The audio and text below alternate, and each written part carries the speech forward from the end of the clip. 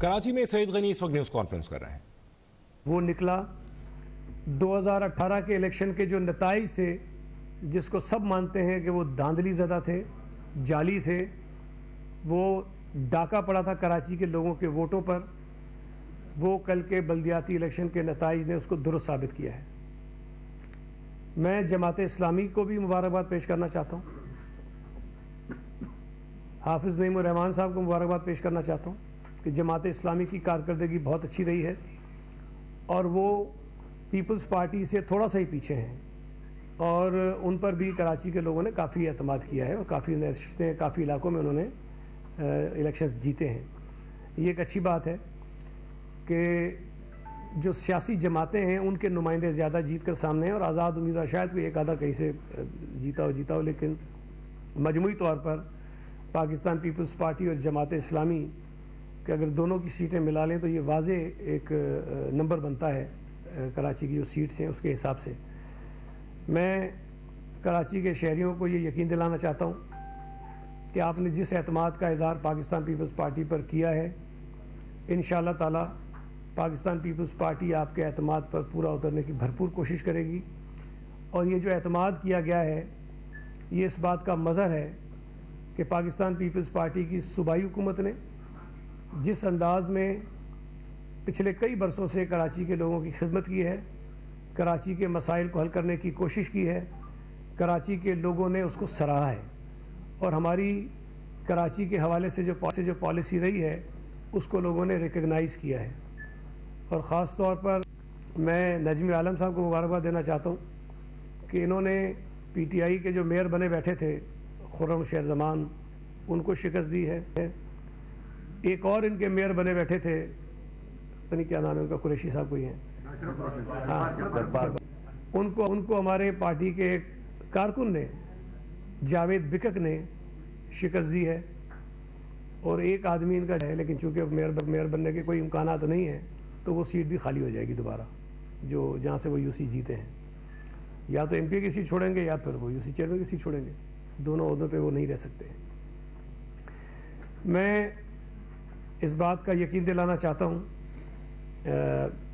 तमाम शहरियों को कि माजी जब आपने पीपल्स पार्टी पर एतमाद का इजहार किया 1979 में, ये बता दूँ, ये कभी कभी लोगों को हैरत होगी कि पीपल्स पार्टी पहली मरतबा जीत गई है कराची में। नहीं, शहीद जुल्फ़िकार अली भुट्टो साहब के दौर में जब 1970 के इलेक्शन हुए तब भी कराची से पीपल्स पार्टी को भरपूर वोट पड़ा। 69 में जब इलेक्शन हुए पीपल्स पार्टी को भरपूर वोट पड़ा। 1979 में जब ज़ियाउल हक का मार्शला था, पीपल्स पार्टी का नाम लेना, झंडा लगाना, भुट्टो साहब की तस्वीर लगाना जुर्म था। अभी कराची के लोगों ने पीपल्स पार्टी के जो नामजद उम्मीदवार थे, जो अवाम दोस्त के नाम से इलेक्शन लड़े थे, वो अक्सरियत हुए थे और उस वक्त भी सेकेंड पोजीशन जो है जमात इस्लामी की थी। तो फिर उसके बाद 83 के जब इलेक्शन हुए तब भी पीपल्स पार्टी नशिस्तें काफ़ी जीती, लेकिन बहरहाल हम लार्जेस्ट पार्टी नहीं थे।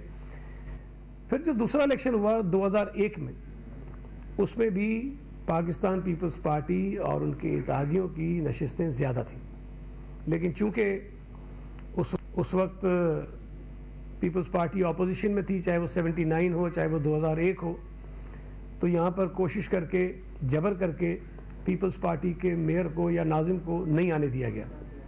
लेकिन इस मरतबा हमें उम्मीद है इंशाअल्लाह ताला, अल्लाह ने चाहा हम कोशिश करेंगे। हमारे पास ज़ाहिर है कि वो सिंपल मेजॉरिटी तो अभी नहीं है, सिंगल लार्जेस्ट पार्टी हम हैं। हम कोशिश करेंगे कि बाकी लोगों से बात करें जिनसे हमारे राब्ते हैं, हम कोशिश करें और हम इतना नंबर हासिल कर लें कि पाकिस्तान पीपल्स पार्टी अपना मेयर कराची में ला सके। तो ये जिन लोगों के लिए कोई अचानक वाली ख़बर है कि पहली मरतबा कराची में पीपल्स पार्टी जीती है, तो ये तासुर गलत है। पीपल्स पार्टी पर कराची में लोगों ने माजी में भी एतमाद किया है और कल भी एतमाद किया है।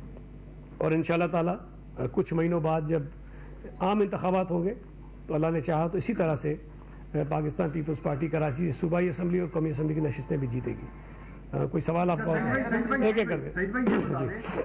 MKM ने जो है ना बाइकाट किया था जी, और कल उन्होंने बड़ा सख्त बयान दिया है कि ये जो हुकूमत बनेगी, शहरी हुकूमत, ये अवाम की नुमाइंदा नहीं होगी। अवाम ने जो है वो ज़्यादातर बाइकाट की सपोर्ट की है तो क्या आप इस राय से इत्तफाक करेंगे? उसके अलावा जमात इस्लामी को आप मिलाकर चलेंगे या क्या पेशन गोई है? मतलब आप जेल में क्या पीटीआई को शामिल करेंगे अपने साथ मेयर के लिए या जमात इस्लामी को? देखिए, दो तीन चीज़ें हैं। पहले तो ये जो एमक्यूएम का सवाल किया है जी, मैं इस पे आ जाऊँ। एमक्यूएम ने माजी में भी इंतखाबात का बाइकआउट किया है, लेकिन इंतखाबात भी हुए, लोग जीत कर भी आए, और फिर वो चाहे वो कौमी असम्बली हो, चाहे वो बल्दियाती इदारे हों, वहाँ से मुंतखब होने वाले लोगों ने काम किया। हमारी तो ये ख्वाहिश थी कि एमक्यूएम इन इंतखाबात का बाइकआउट ना करे, इलेक्शंस में हिस्सा ले, लेकिन खैर उन्होंने अपना फ़ैसला किया कि वो बाइकआउट पे जाएं। लेकिन अब ये नताइज सामने आ गए हैं। एमक्यूएम का हक़ है कि वो एहतजाज करें, बयानात दें, जिस किस्म की बातें करना चाहते हैं करें, हम उन पर कोई पाबंदी नहीं लगा सकते। लेकिन जो लोग जीत कर आ गए हैं वो इंशाअल्लाह ताला अपनी मुद्दत भी पूरी करेंगे और कराची के शहरियों की खिदमत भी करेंगे। एक और भी एक आपका जो था वो जमात इस्लामी वाला और एमक्यूएम वाला। देखिए, जमात इस्लामी कराची शहर से इस वक्त काफ़ी नशिस्तें जीती बैठी है। मैं ये तो नहीं कह सकता कि हम उनसे बिल्कुल बात नहीं करेंगे, हम बिल्कुल उनसे बात करेंगे। अब वो बात किस हद तक जाएगी, क्या उसके नताइज निकलते हैं, उसका तो फैसला उसके बाद ही होगा जब बातचीत होगी।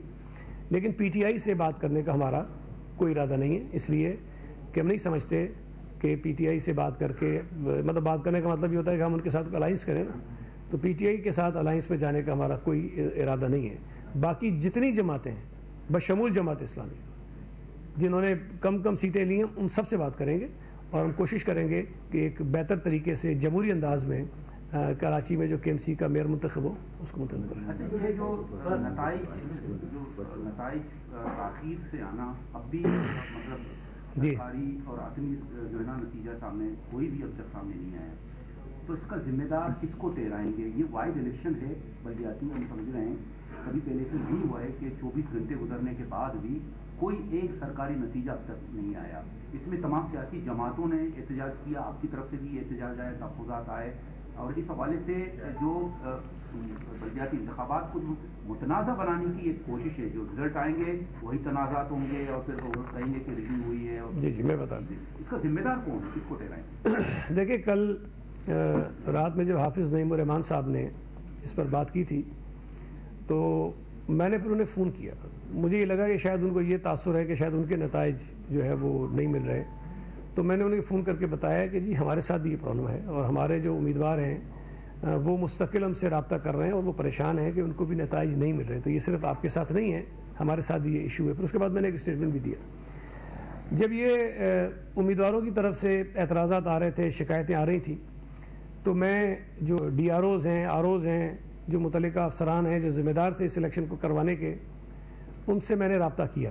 जहाँ जहाँ से शिकायत आती थी मैं मुतल्लिका अफसर से रब्ता करता था कि जी हमें उस UC में प्रॉब्लम आ रहा है। तो उन्होंने जो वजह बताई वो ये थी कि मुख्तलिफ़ मकामात पर आपके इल्म है कि मुख्तलिफ़ जो इदारे हैं उनके लोगों को ड्यूटीज़ पर लगाया गया था। अच्छा, उसमें जो एजुकेशन के या और हेल्थ डिपार्टमेंट के लोग होते हैं जो रेगुलरली मुख्तलिफ इलेक्शंस में जाते रहते हैं, उन्हें तो इतना एक्सपीरियंस होता है, वो ये काम करते रहते हैं, तो उन्होंने निस्बतन बेहतर तरीके से बना लिए थे नताइज। लेकिन कुछ ऐसे इदारे थे जिनके ऑफिसर्स नॉर्मली इन कामों में नहीं होते हैं, तो लेकिन उनको भी ड्यूटीज़ लगाई गई थी, इसलिए कि एक बहुत बड़ा इलेक्शन था और वो ऑफिसर्स वहाँ तैनात किए गए, तो उनको नताइज बनाने में मुश्किल पेश आ रही थी, जिसकी वजह से ताख़ीर हुई। दूसरी आपको एक बात बताऊँ, ये भी बहुत ज़रूरी है। देखिए, जो आम इलेक्शन हुए थे ना 2018 के, उसमें आपको पता होगा कि वो RTS सिस्टम था। RTS सिस्टम वो होता है कि जब वो प्रिजाइडिंग ऑफिसर अपना रिज़ल्ट तैयार करता है तो उसकी वो तस्वीर लेके उसी वक्त जो है वो इलेक्शन कमीशन को भेज देता है, इलेक्शन कमीशन के सिस्टम में वो चली जाती है, उसके बाद वहाँ से वो रिज़ल्ट बनाना शुरू कर देते हैं। तो वो एक ऑटोमेटेड सिस्टम था। जबकि जो अभी बल्दियाती इंतखाबात हुए हैं उसमें इस किस्म की कोई सहूलत जो है वो प्रिजाइडिंग ऑफिसर्स के पास नहीं थी, तो ये सारा मैनुअल था। तो उन्होंने वो बनाना भी था, उसके बाद जो RO है उसको देना था, फिर DRO ऑफिस जाना था, फिर उसके बाद इलेक्शन कमीशन तक ये सारी चीज़ें जानी थी। तो ये जो मरला था इसमें भी ताख़ीर हुई है। इस पर हमें भी तशवीश थी और अभी भी है, लेकिन आपकी जो बात है कि एक भी नहीं आया, ये बात दुरुस्त नहीं है। ये काफ़ी सारे मेरे पास भी हैं और काफ़ी सारे लोगों को मिलना शुरू हो गया। मैं सुबह भी सुन रहा था हाफिज़ नईमुर रहमान को, तो उन्होंने कहा कि रात देर गए नताइज जो है मिलना उनको शुरू हो गए थे। तो ये सिलसिला शुरू हो गया है। हमें उम्मीद है कि आज शाम तक या रात तक ये तमाम के तमाम जो है मुकम्मल हो जाने चाहिए। एक देखिए, जो आम इलेक्शन हुए थे 2018 के, जिसमें ये ऑटोमेटेड सिस्टम था रिजल्ट्स का, उसमें 4 दिन लग गए थे नतीजा आने में, 4 दिन। तो ये एक मैनुअल निज़ाम सिस्टम है। अगर इसमें आज शाम या रात तक इसमें सारे मुकम्मल हो जाते हैं तो मैं समझूंगा कि ये एक बेहतर तरीके से मैनेज होगा। अभी तक आपके पास जो एक मिनट, संजय के बाद जी। भाई आपके साथ माशाल्लाह 3-4 सदूर बैठे हुए हैं, हमें थोड़ा ब्रीफ में बता दें तमाम इस्लाम में जितनी नशिस्तें हैं उनमें से पीपल्स पार्टी ने कितनी कामयाब की हैं, आपके पास कितने नतीजे, क्योंकि हम सब दोस्तों के बाद DRO ऑफिस की अगर आप अपने मुंह से बता देंगे जी कितने तो हम सब के लिए जी जी देखें, अभी तक जो हमारा अंदाज़ा है या जो नताइज हमें मिल गए हैं, लेकिन मैं फिर ये कहूँगा कि 100% हमारे पास नहीं है, आ रहे हैं, लेकिन जो मिल चुके हैं उसके मुताबिक हम कोई 100 के फिगर को टच कर रहे हैं जी। 100 के अराउंड हमारा होगा नंबर। यूसीज बता रहा हूँ मैं आपको केएमसी के मेंबर्स की बात बता रहा हूँ जिन्होंने मेयर को मुंतखब करना है। मैं कॉन्फ्रेंस पे नहीं जा रहा अभी। तो 100 से या 2-4 ऊपर हो जाएंगे या 1-2 नंबर हमारे कम हो सकते हैं, लेकिन जब तक ये सारा हमारे पास आ जाए, लेकिन 100 के करीब करीब हम हैं। और जमात इस्लामी के मुतालिक जो हमारे पास फिगर है उसमें वो हमसे कुछ सीटें पीछे हैं, कुछ ज़्यादा फ़र्क नहीं है लेकिन कुछ हमसे वो पीछे हैं। और जो डिस्ट्रिक्ट्स की आप बात कर रहे हैं उसमें मलीर से तकरीबन हम 21 सीटें जीत रहे हैं और 21 उसमें कुछ 3 नून के भी लोग हैं जो हमारे अलाइंस में हैं, लेकिन वो PMLN के हैं। और डिस्ट्रिक्ट ये 21 के साथ है अलग है? अलग मैं पार्टी के 21 बता रहा हूँ आपको, ठीक है जी। उसके साथ जो डिस्ट्रिक्ट साउथ है उसमें अभी तक शायद हमारे कोई 16 के करीब होंगे, जिसमें लियारी टाउन और सदर टाउन मिला के।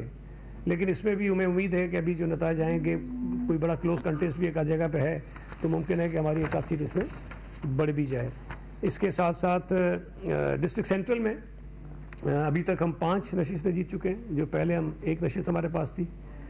और डिस्ट्रिक्ट कोरंगी में हमारे पास तकरीबन कोई 6 से ज़ायद होंगे हमारे, जहाँ पहले हम 0 पे थे और हमारे 6 के करीब मेंबर्स वहाँ से जीते हैं।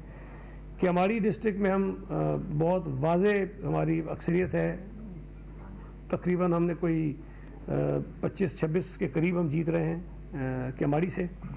वेस्ट में भी नंबर हमारा जो है वो 16 या 18 के करीब होगा। और अपना ईस्ट में भी हम कोई 15-16 नशिस्तें हम जीत रहे हैं। तो ये तकरीबन कोई 100 के लगभग हमारी सीटें बन जाती हैं जी। वेस्ट में 18 के करीब होगी और जी ईस्ट में 16 अराउंड 60। अभी आपने फरमाया कि जो आपकी जमात है उसके बाद जो है वो जमात इस्लामी, लेकिन उसमें ज़्यादा फर्क नहीं है उसके का। आप कह रहे हैं कि आप PTI के साथ कर ही नहीं सकते, आउट ऑफ क्वेश्चन है वो तो आपने कर दिया। लेकिन क्या जमात इस्लामी और PTI अगर आपस में मिल जाएं तो क्या वो हुकूमत बना सकते हैं? देखें, अगर मिल जाए तो शायद बना भी सकते हो, लेकिन मेरा ये ख्याल है कि अभी हमें थोड़ा सा इंतज़ार करना चाहिए, इसलिए कि नताइज अभी 100% नहीं आए। इसमें कोई पीपल्स पार्टी, जमात इस्लामी और PTI को छोड़कर हमारा अंदाज़ा ये है कि कोई 20-25 लोग और भी हैं, दीगर जमातें हैं, कुछ इंडिपेंडेंट हैं। जी थोड़े थोड़े नंबर हैं उनके, लेकिन 20 से शायद ऊपर नंबर वो है। और ये मैं आपको बता दूं कि इस वक्त जो इंतखाबात हुए हैं वो 246 सीटों पर नहीं हुए हैं, ये 240 से कम है, 240 से भी कम नशिस्तें हैं जिन पर इंतखाबात हुए हैं। तो अभी अगर आप ये करेंगे तो उसमें शायद जो आपके जहन में है जो 124 का मैजिक नंबर है वो 124 नहीं बनता, वो शायद उससे कम है। और दूसरा, अभी जो रिज़र्व सीट्स हैं उस पे इलेक्शंस होने हैं, तो डेफिनेटली अगर Pakistan Peoples Party single largest party के तौर पे ऊपर आती है तो जो रिज़र्व सीट्स हैं वो हमें ज़्यादा मिलेंगी, बाकी जमातों के मुकाबले में ज़्यादा मिलेंगी हमें, उस पर भी इलेक्शंस होने हैं। तो वो जो नंबर बनेगा वो शायद हो सकता है कि पीपल्स पार्टी और दीगर जो छोटी जमातें हैं वो मिला के और रिजर्व सीट्स मिला के हम भी करीब करीब इसके पहुंच जाएं। तो अभी ये कहना बहुत कबल वक्त होगा कि पीटीआई और जमात इस्लामी मिल जाएं तो बना लेंगे, क्योंकि थोड़ा सा भी आपको इस पर इंतज़ार करना चाहिए। भाई आपने कहा कि हमला कुछ तरीके से आपका इंतजार नहीं रोकते, लेकिन जो आपके डिप्टी कमिश्नर थे वो तो कई अरसों से इलेक्शन करवाते आ रहे हैं, एससी बनता है उसके बाद डीसी, लेकिन कल जो उनका रवैया रहा है कि पहले कुछ डीसी ने कहा कि जी हम जब हमारे पास ये वोट आ जाएंगे तो हम दोबारा काउंटिंग करेंगे। सिर्फ इलेक्शन कमीशन को उनको कहना पड़ा कि जी आपके पास इख्तियार नहीं, आप दोबारा काउंटिंग नहीं करेंगे। तो उन्होंने ये किससे पूछ के खुद से फैसला किया। दूसरा, मीडिया के दाखिले पाबंदी लगाई, उन्होंने साफ साफ कहा कि हम इलेक्शन कमीशन के पास तो नहीं मानते, आप जाके सिंध हुकूमत के इंफॉर्मेशन डिपार्टमेंट के पास लेकर आए तब हम आपको भेजेंगे। देखिए, पहली बात जमात इस्लाम ये इल्ज़ाम लगा रही है कि डिप्टी कमिश्नर्स के जरिए नतायज तब्दील कराने की कोशिश की जा रही है। अच्छा, पहली बात जो आपने की, देखें मुझे नहीं पता कि डिप्टी कमिश्नर्स ने ये बात की कि हम दोबारा काउंट करेंगे या नहीं करेंगे, मेरे इल्म में अभी ये बात नहीं है। लेकिन एक चीज़ आपको समझनी चाहिए कि जब डिप्टी कमिश्नर्स को डिस्ट्रिक्ट रिटर्निंग ऑफिसर बनाया जाता है तो एज ए DRO वो सूबाई हुकूमत के मातहत नहीं होता, वो इलेक्शन कमीशन के मातहत आ जाता है, इसलिए कि वो इलेक्शन की ड्यूटी का ज़िम्मेदार हो जाता है।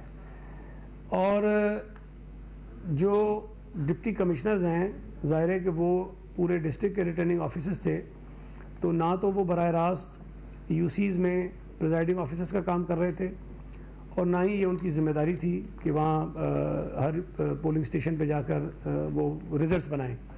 तो बुनियादी ज़िम्मेदारी प्रिजाइडिंग ऑफिसर्स की होती है। लेकिन एक चीज़ हमें ध्यान में रखनी चाहिए, जिस तरह मैंने कहा, और ये शिकायतें बाकी जेन्युइन हैं, कि अगर कहीं कोई प्रिजाइडिंग ऑफिसर प्रॉपरली रिज़ल्ट नहीं बना पा रहा है तो इलेक्शन जो रिटर्निंग अफसर है उसके पास या डिस्ट्रिक्ट रिटर्निंग अफसर के पास वो रिज़ल्ट आता है, तो अगर वो देख रहा है कि ये दुरुस्त तरीके से सही फॉर्मेट पे नहीं बनाया, सही नहीं बनाया, तो ये ज़्यादा बेहतर है कि उसको वो प्रॉपर तरीके से ठीक करके रिज़ल्ट को जारी करे, बजाय इसके कि वो उल्टा सीधा जो भी है उसको वो कर दे।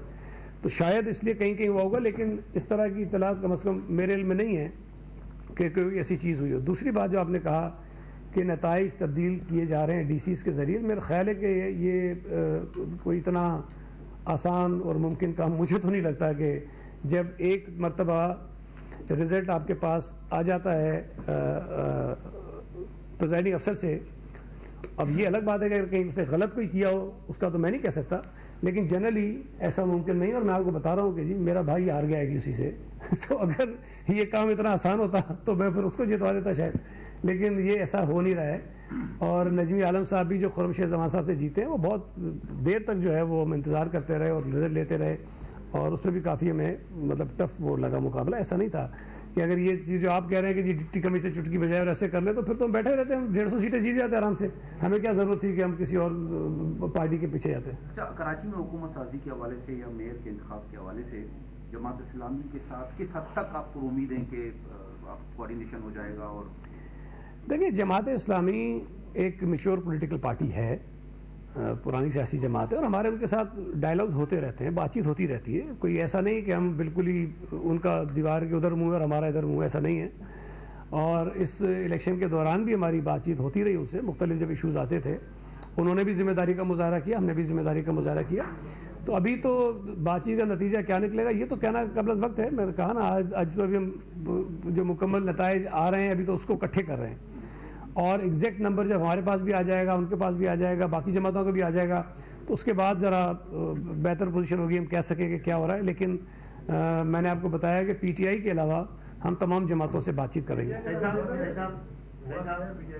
PTI तो सही भाई, देखें मैं शुरू से कहता रहा हूँ कि कराची में कोई वेव नहीं है PTI की, ये गलत फहमी थी लोगों के जहनों में और वो निकल गई है।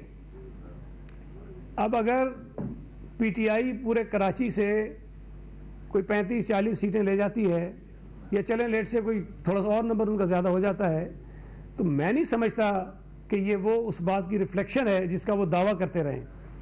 इमरान खान को कराची के लोगों ने पहले भी मुस्तरद किया था और कल भी मुस्तरद किया, बुरी तरह से मुस्तरद किया है।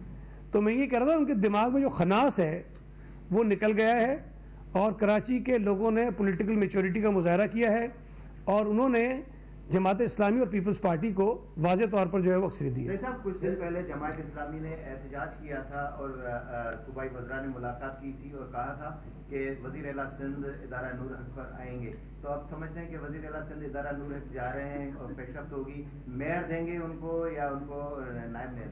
यार ये तो आप अभी पता नहीं कितने दिन बाद वाली बातें पूछ रहे हैं, सारी मैं कर चुका हूँ।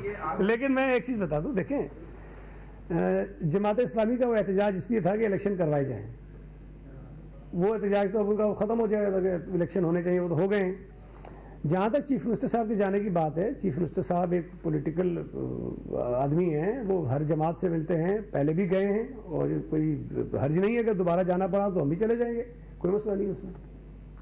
ये जो कल इलेक्शन हुए उसमें वोटिंग का तनासुब तो बहुत ही कम रहा, क्या ये एमक्यूएम लंदन और एमक्यूएम का जो बाइकाट था उसका असर था कल जो वोटिंग? देखिए पहली बात तो ये है कि तनासुब कम ज़रूर रहा लेकिन इतना बुरा नहीं था। जो ज़िमनी इलेक्शंस हुए थे उसमें तो बहुत ही कम था जो कराची के हुए, लेकिन मेरा ख्याल है कि कोई 25 और 30% के दरमियान होगा, मेरा अंदाज़ा है जब ये फाइनल रिजल्ट आ जाएंगे उसके बाद। लेकिन आप खुद सोचें कि एक इलेक्शन जो पिछले 7 महीने से लटका हुआ था और पिछले को 3-4 मरतबा वो मौखर हुआ, और कल भी जब 15 इलेक्शन हो रहा था, मैं आपको बता रहा हूँ कि हमारे कैंडिडेट्स 14 तारीख की रात को भी ये पूछते रहे कि क्या वाकई सुबह इलेक्शन हो जाएगा। अब जहां इतनी बेयकीनी की सूरत हाल हो कैंडिडेट्स के दरमियान, तो आप ये सोचें कि आम लोगों के जहनों में किस कदर बेयकीनी होगी। तो शायद ये जो बेयकीनी है ये सबसे बड़ा सबब है इस लो टर्नआउट का। अब जाहिर है कि एमक्यूएम ने अगर बाइकआउट किया है तो उनका कहीं ना कहीं वोटर तो है, तो कुछ फ़र्क हो सकता है उससे पड़ा हो, लेकिन मजमूई तौर पर टर्नआउट मुनासिब था। और जो कमी हुई है उसमें ज़्यादा बड़ा सबब जो है वो इलेक्शन के होने में जो बेयकीनी थी उसका है। साहब ये बताइएगा कि पीपल्स पार्टी के नजमी आलम ने पीटीआई के मेयर जो उम्मीदवार खुर्रम जमान को जो एमपी भी आपको उसको शिकस्त दी है। ये मेरे सवाल का पहला हिस्सा है कि नजमी आलम भी मेयर के उम्मीदवार हो सकते हैं, और दूसरा ये कि लियारी में 2018 के इलेक्शन के बाद का जो रिजल्ट आया है बलदियाती इलेक्शन में 11 सीटें आपने वहाँ से जीती है, इस हवाले से आप क्या कहेंगे? देखिए पहली बात जो आपने कही उसमें जो अभी तक हमारा कानून है उस कानून के मुताबिक तो जो केएमसी का मेंबर होगा, उस काउंसिल का मेंबर होगा, वही मेयर का इलेक्शन लड़ सकता है। अभी तक पार्टी ने फैसला नहीं किया, जाहिर है कि अभी जो नाम आएंगे पार्टी की लीडरशिप उसमें फैसला करेगी, लेकिन यकीनन नजमी आलम साहब पार्टी के बहुत सीनियर हमारे आदमी हैं, लीडर हैं पार्टी के, और वो इस वक्त केएमसी के मेंबर भी हैं। तो जब भी पार्टी कंसिडर करेगी कि किसको होना चाहिए, मैं ये तो नहीं कह सकता कि नजमी आलम होंगे या नहीं होंगे, लेकिन उस लिस्ट में इनका नाम ज़रूर होगा। तो अब देखें पार्टी क्या फैसला करती है। दूसरा जो आपने बात की लियारी की, मैं तो हमेशा कहता हूँ कि लियारी में पाकिस्तान पीपल्स पार्टी को ज़बरदस्ती हरवाया गया था 2018 के इलेक्शन में, चाहे वो सूबाई की सीटें हों चाहे वो कौमी की सीटें हों। लियारी पीपल्स पार्टी का गढ़ था, है और इंशाल्लाह ताला रहेगा। हमारे पार्टी के तमाम अहदेदारों ने, सदर साहब यहाँ बैठे हैं साउथ के हमारे खलील साहब, उन्होंने, और हमारे जनरल सेक्रेटरी हैं करमुल्ला वकासी, और लियारी के जितने पार्टी के अहदेदार हैं, उम्मीदवार हैं, उन्होंने भरपूर मेहनत की इस पूरे इलेक्शन में और लियारी से वो रिज़ल्ट लेकर आए जो हकीकी आवाम की नुमाइंदगी का मज़हर है। तो मैं ये समझता हूँ कि लियारी के लोगों ने पीपल्स पार्टी पर हमेशा की तरह एक मरतबा फिर एतमाद का इज़हार किया है और इस बात को साबित किया है कि 2018 का इलेक्शन जो था उसमें जुर्रू फेरा गया था, उसमें धांधली हुई थी और ज़बरदस्ती हराया गया था। लेकिन मैं फिर कह रहा हूँ, अपार्ट फ्रॉम द लियारी बहुत अच्छा रिजल्ट था लियारी का, लेकिन जनरली तौर पर पूरे शहर में जो पीटीआई की एक वेव बनाने की कोशिश की गई थी उसको पीपल्स पार्टी ने तहस नहस कर दिया है। मलीर में हमारा शानदार रिजल्ट है, कियामाड़ी का हमारा रिजल्ट बहुत अच्छा है, डिस्ट्रिक्ट वेस्ट का रिजल्ट हमारा बहुत अच्छा है, साउथ का लियारी और क्योंकि सदर हम मिला के बात करते हैं, साउथ और जो ईस्ट है उसमें रिलेटिवली शायद जितना हम सोच रहे थे उससे कुछ सीटें हमारी कम हैं, जो हम सोच रहे थे, जो हमने सोचा था कि ये सीटें हम जीत सकते हैं। बाकी सेंट्रल, कोरंगी, आपको अंदाज़ा है कि हमारा वीक एरियाज़ हैं, वहाँ भी हमने निस्बतन बेहतर ही परफॉर्म किया है। अगर हम सेंट्रल से 5 से सीटें ले गए हैं, कोरंगी से कोई 6 से ज़्यादा सीटें हमारी आ रही हैं, तो वो ठीक है। मजमूई तौर पर बड़ी शानदार कारकर्दगी रही है। बस जो मैंने आपको बताया कि 2-4 जगहों पे हमारी तवक्कुआत के थोड़ी सी सीटें हमारी कमाई हैं। थैंक यू जी, बहुत शुक्रिया। पीपल्स पार्टी के रहनुमा सईद गनी मीडिया थे जो कि आप बराह रास्त देख रहे थे।